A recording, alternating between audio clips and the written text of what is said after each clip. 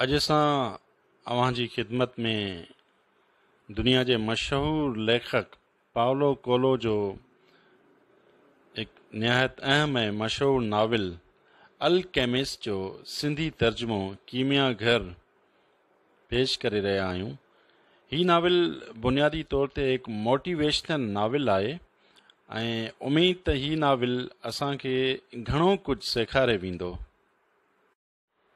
छोकिरे जो नालो सांतियागो हो। संदसि धन समेत हू निमा शाम महल हिकु वीरान गिरजा वटि पुॻो। गिरजा जी छित पट पयल हुई ऐं उन जॻह ते जिते पहिरियां गिरजा जो हुजरो हो हिकु तमामु वॾो अंजीर जो वण बीठल हो। हुन उते राति घारण जो फ़ैसिलो कयो।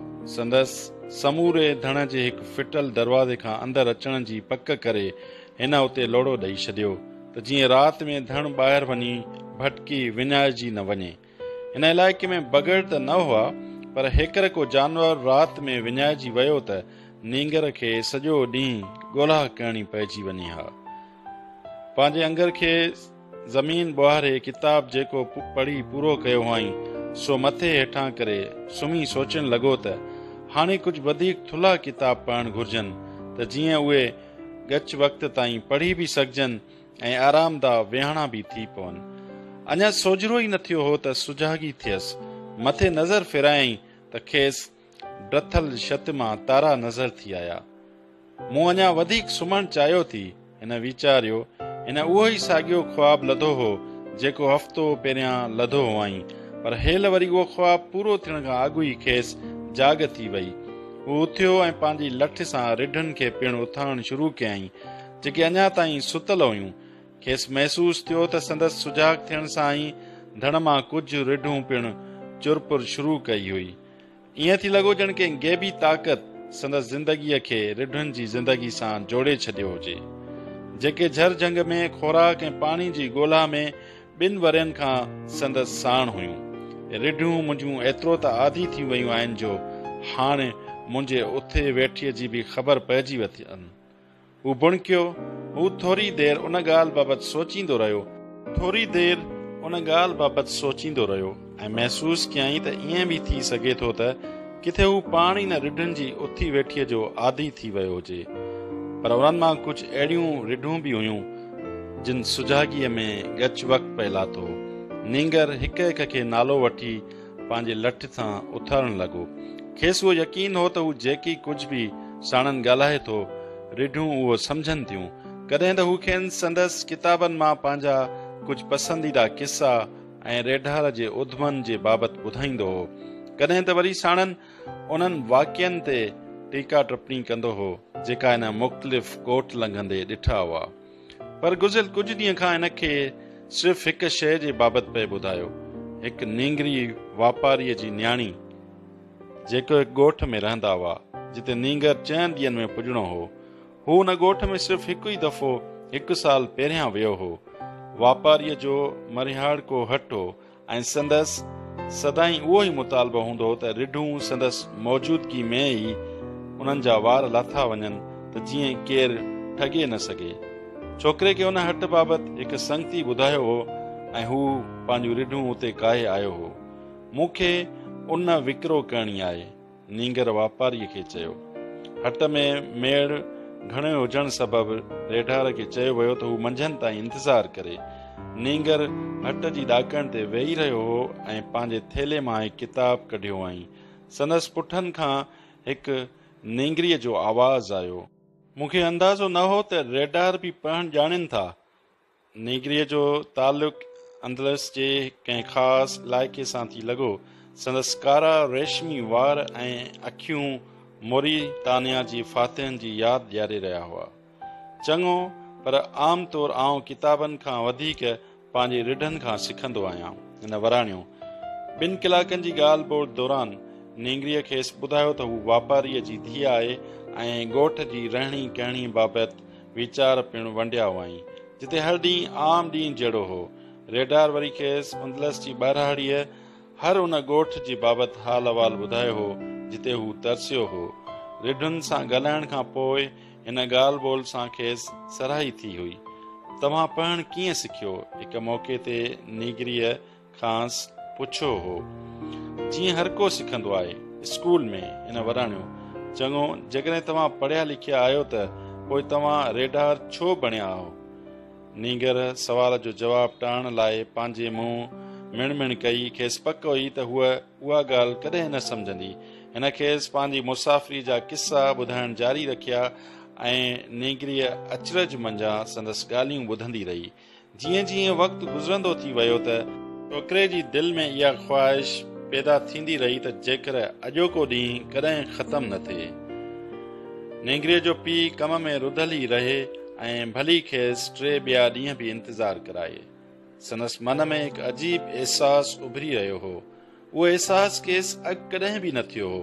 उहो अहसासु हिन कारनि रेशमी वारनि वारी हसीन नीगरीअ सां हमेशह लाइ गॾु ज़िंदगी गारण जो अहसासु हो। अहिड़ा ॾींहं वरी न ईंदा। पर नेठि वापारी आयो ऐं नीगर खे संदसि 4 रिढूं ॾासण लाइ चयईं ऐं खेसि उन जा पैसा ॾेई वरी ईंदड़ साल अचण लाइ चयईं।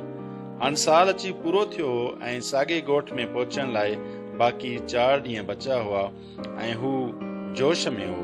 साॻे वक़्त में उन ॻाल्हि जो बि ओठो हुअसि त थी सघे थो त नीगरीअ खेसि विसारे छॾियो हुजे, छाकाणि जो रोज़ उते केतिरा ई रेडार उन खपाइण अचनि था।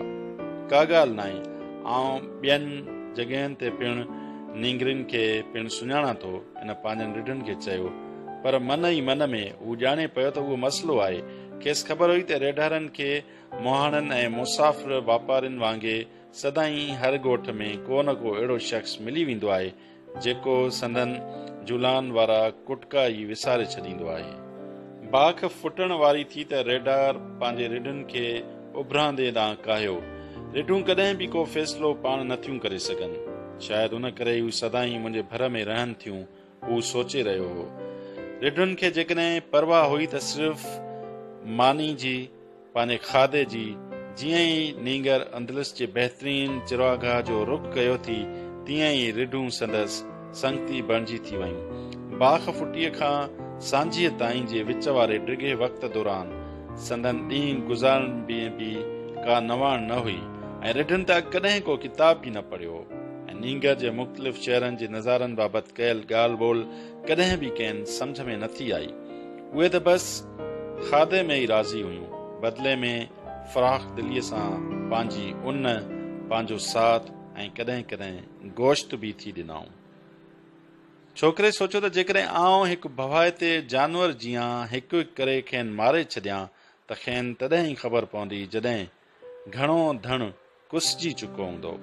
हिननि जो मूं में एतबार आहे, छाकाणि त आउं हिननि जी संभाल कयां थो। उन करे हिननि पंहिंजी फितरी सलाहियतुनि ते भाड़ण ई छॾे ॾिनो आहे। छोकिरे खे पंहिंजी सोच ते हैरत थी सघे थो त गिरजा जिते अंजीर जो वणु फिटो हो उते जिननि जो वासो हुजे ऐं थी सघे थो त उन सबब जे करे ई हिन साॻियो ख्वाब ॿीहर ॾिठो हुजे। इहा ॻाल्हि खेसि चिड़ ॾियारे रही हुई। हिन काल राति वारो बचियल मद पीतो ऐं अंगरखो कोट खणी पंहिंजे भर में रखियईं। खेसि ख़बर हुई त कुझु कलाकनि खां पोइ टाक मंझंदि में उफट गर्मीअ जो कारण हो। हू पंहिंजे धण खे मैदाननि में नेण खां लवाए रहियो हो। ऊन्हारे में उन वक़्तु सॼो उंदलस सुतल रहे थो। राति थियण ताईं गर्मी रहे थी ऐं इहो सॼो वक़्तु संदसि वज़नाइतो कोट खे साण रहणो हो। पर उन खां अॻु जो हू कोट जे वज़न जी रड़ करे खेसि यादि आयो त उहो कोट ई त खेसि बाग फुटी महिल थधि खां बि बचाए थो। असांखे हर तब्दीलीअ लाइ तयारु रहणु घुर्जे, हिन सोचियो ऐं पोइ खेसि कोट जी गर्मी ऐं वज़न जो क़दुरु थियो। हिन कोट वांगुरु नींगर जो बि को मक़सदु हो। ज़िंदगीअ में संदसि मक़सदु घुमण फिरण हो। बबरिया अंदलस जे इलाइक़े में घुमण फिरण खां पोइ हू हिन इलाइक़े जे सभिनी शहरनि खां वाक़िफ़ थी चुको हो। हिन दफ़े हू उन छोकिरीअ खे उहो ॿुधाइण बाबति सोचे रहियो हो त हिकु आम रेडार थी करे बि हू पढ़णु कीअं सिखियो। 16 वरनि जी उमिरि ताईं हू हिकु मदरसे में वेंदो हो। संदसि माइट खे हिकु पादरी बनाइण थी चाहियो, जेका संदसि नंढड़े ख़ानदान लाइ फ़ख्र जी ॻाल्हि हुई। उन्हनि बि रिढनि वांगुरु सिर्फ़ खाधे हासिल करण लाइ सख़्त जाखोड़ कई हुई। हिन इल्म इलाही सां गॾु लातीनी ऐं स्पेनी ॿोलियूं पिणु पढ़ियूं हुयूं, पर नंढे हूंदे खां ई खेसि दुनिया ॾिसण जो शौक़ु हो। उहो हिन लाइ इंसान जे गुनाहनि ऐं ख़ुदा बाबति ॼाण खां वधीक अहम हो। हिकु ॾींहुं ख़ानदान जी गॾिजाणी में हिन पंहिंजे पीउ खे उहो ॿुधाइण जी हिमत कई त हू पादरी न पर हिकु सैलानी बणजणु चाहे थो। पुट, सॼी दुनिया जा सैलानी हिन ॻोठ मां गुज़री करे चुका आहिनि। संदसि पीउ खे चयो, इहे नयुनि शयुनि जी खोजना में अचनि था, पर वापसि वरण महिल हू जहिड़ा जो तहिड़ा। जबल ते चढ़ी महिलात ॾिसण खां पोइ संदन बसि इहा ई सोच वञी बीहे थी त माज़ी में जेकी कुझु बि हो सो अॼु असां वटि मौजूदु हर शइ खां बहितर हो। हू भूरनि वारनि ऐं सांवरी चमड़ीअ वारा माण्हू हितां जे रवासिन वांगुरु ई आहिनि, पर आउं संदन शहरनि जा महिलात ॾिसणु चाहियां थो। छोकिरे वाज़े कयो, इहे सैलानी जॾहिं असांजी धरती ॾिसनि था त हू हिते सदाई लाइ रिहाइश जूं ॻाल्हियूं कनि था। छोकिरे जे पीउ ॻाल्हि जारी रखी, ठीकु आहे त पोइ आउं संदन धरती ऐं रहणी करणी ॾिसणु चाहियां थो। संदसि पुट वराणियो, हिते अचण वारे सैलानियुनि वटि पैसा जाम हूंदा आहिनि, तंहिं करे हू सैलान जा ख़र्च बर्दाश्त करे वञनि। असां मां त सिर्फ़ रेडार ई सैलानी थी सघनि था। संदसि पीउ चयो, ठीकु आहे त पोइ आउं बि रेडार बणजंदुसि। संदसि पीउ वधीक कुझु न पुछियो। ॿिए ॾींहुं पुट खे हिकु ॻोथरी ॾिनी जंहिंमें 3 क़दीम अंदलसी सोन जा सिक्का हुआ। हिकु ॾींहुं मूं ही सिक्का लधा हुआ।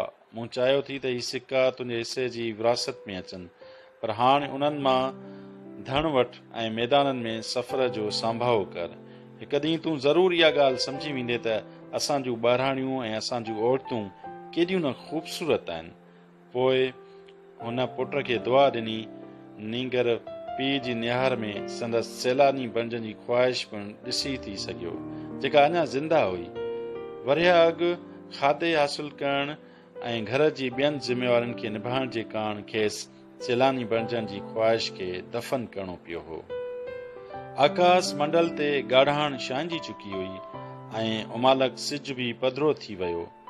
नींगर संदसि पीउ सां थियल ॻाल्हि ॿोल जी बाबति सोचे सरहो थियो ऐं ख़्यालनि में ई केतिरा ई महल ॾिसी चुको हो ऐं केतिरनि ई औरतुनि सां मिली चुको हो, पर उन्हनि मां का अहिड़ी न हुई जेका संदसि इंतज़ारु कंदी हुजे।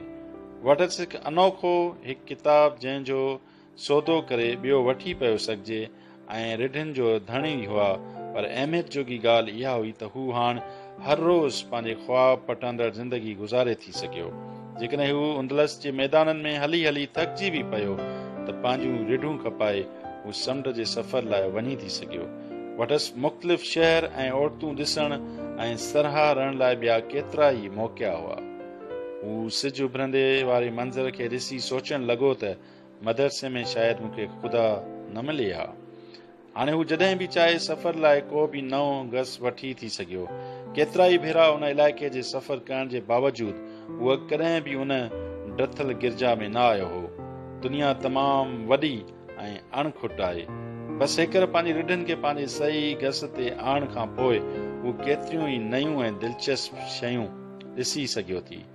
मुंझारो बसि इहो त रिढनि खे उहो अहसासु ई न आहे त हू रोज़ नए रस्ते ते हली रहियूं आहिनि ऐं खेनि नवनि मैदाननि ऐं मौसमनि जी तब्दील थियण जो बि अहसासु न आहे। खेनि कंहिं शइ जी ख़बर आहे त बसि उहो आहे उन्हनि जो खाधो। असीं इंसान बि शायदि उन्हनि वांगुरु ई आहियूं ऐं आउं पिणु। नींगर सोचनि में मशगूल थी वियो। जॾहिं खां आउं वापारी जी धीअ सां मिलियो आहियां तॾहिं खां कंहिं बि औरत जो सोचियो ई न आहे। सिज जी बीहक ॾिसंदे हिन हिसाबु लॻायो त हू तरीफ़ा 2 पेरनि ताईं पहुची वेंदो, जिते खेसि पंहिंजो किताबु हिकु थुल्हे किताब जे एवज़ मटाइणो हो। मद जी गुगी भरणी हुई ऐं हजामत कराइणी हुई। नेगरीअ सां मुलाक़ात लाइ खेसि तयारु थियणो हो। खेसि इहो उल्को हो त मतां बि मुंहिंजे धण खां वॾे धण वारो को ॿियो रेडार खांसि अॻु ई उते पहुची वापारीअ खां संदसि धीअ जो हथु न घुरे वठे। थी सघे थो त उहो ख्वाबु सचो थिए ऐं ज़िंदगी ख़ुशगवार थी पवे। हिन ॿीहर सिज जी बीहक ॾिसी वक़्त जो अंदाज़ो लॻायो ऐं पंहिंजी रफ़्तार तेज़ कई। मालिक खेसि यादि आयो त तरीफ़ा में बि हिकु ॿुढड़ी बि आहे जेका ख्वाबनि जी ताबीर ॿुधाईंदी आहे। ॿुढड़ी छोकिरे खे संदसि घर जे पुठियां वारे हिसे में मौजूदु हिकु कमरे में वठी वई, जेको संदसि रिहाइश वारे कमरे खां हिकु रंगीन मोतियुनि जे पर्दे सां अलॻि थियल हो। कमरे में हिकु मेज़, हज़रत ईसा जे मुक़दस दिल जी तस्वीर ऐं 2 कुर्सियूं मौजूदु हुयूं। उहा वेठी ऐं छोकिरे खे बि वेहण लाइ चयईं। पोइ हिन छोकिरे खे 2 हथनि खां झले माठीणे अंदाज़ में दुआ शुरू कई। उहा खाना बदोशन जी दुआ वांगुरु लॻी रही हुई। नींगर पहिरियां बि सफ़र में घणनि खाना बदोशन सां मिली चुको हो। उहे बि सफ़र कंदा रहा हुआ, पर वटनि को धन न हूंदो हो। इहो चयो वेंदो हो त इहे खाना बदोश पंहिंजी सॼी उमिरि माण्हुनि खे ठगण में गुज़ारनि था। उहे बि चयो पियो वियो त संदन शैतान सां मुआहिदो हो ऐं हू ॿारनि खे अगवा करे पंहिंजे ॻुझनि थाकनि ते खणी वेंदा हुआ ऐं पंहिंजो ग़ुलाम बणाईंदा हुआ। नंढे हूंदे खेसि बि रमतनि जे खंबी वञण जो भउ ॾियारो वेंदो हो। उहो ई ख़ौफ़ नींगर खे अची थियो जॾहिं ॿुढड़ीअ खेसि हथनि खां झलियो, पर वटसि त हज़रत ईसा मसीह जी मुक़दस दिल जी तस्वीर आहे। हिन सोचियो ऐं पाण खे ख़ातिरी कराई। हिन न पिए चाहियो त संदसि हथ ॾकनि त मतां बि ॿुढड़ी सम्झे त हू ॾिनल आहे। हू ख़ामोशीअ सां दुआ कंदो रहियो।